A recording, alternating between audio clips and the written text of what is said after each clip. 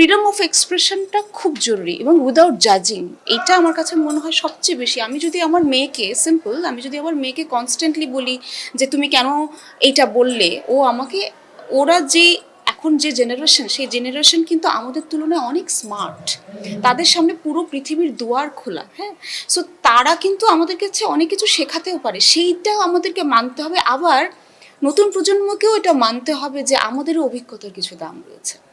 So এই যে মেলবন্ধনটা যদি আমরা কনস্ট্যান্টলি বলতে থাকি আমি ঠিক আমি ঠিক, আমিও তো সঠিক নাও হতে পারি, তো সেইটা চেক ব্যালেন্স করাটা খুব জরুরি। এবং সেইটা যারা দেশের দায়িত্ব নেবেন তাদের কিন্তু খুব জরুরি, কারণ তারা কিন্তু আমাদের অভিভাবক এবং তাদের দিকে তাদেরকে যে আমরা এত ভালোবেসে ভোটটা দেব, সেটার কারণ কি? নিশ্চয়ই গলা চিপে ধরার জন্য নয়। যে সত্যটা বলবে তাকে কোনো রকম ভয় না দেখিয়ে তার সত্যটাকে শুনুন না।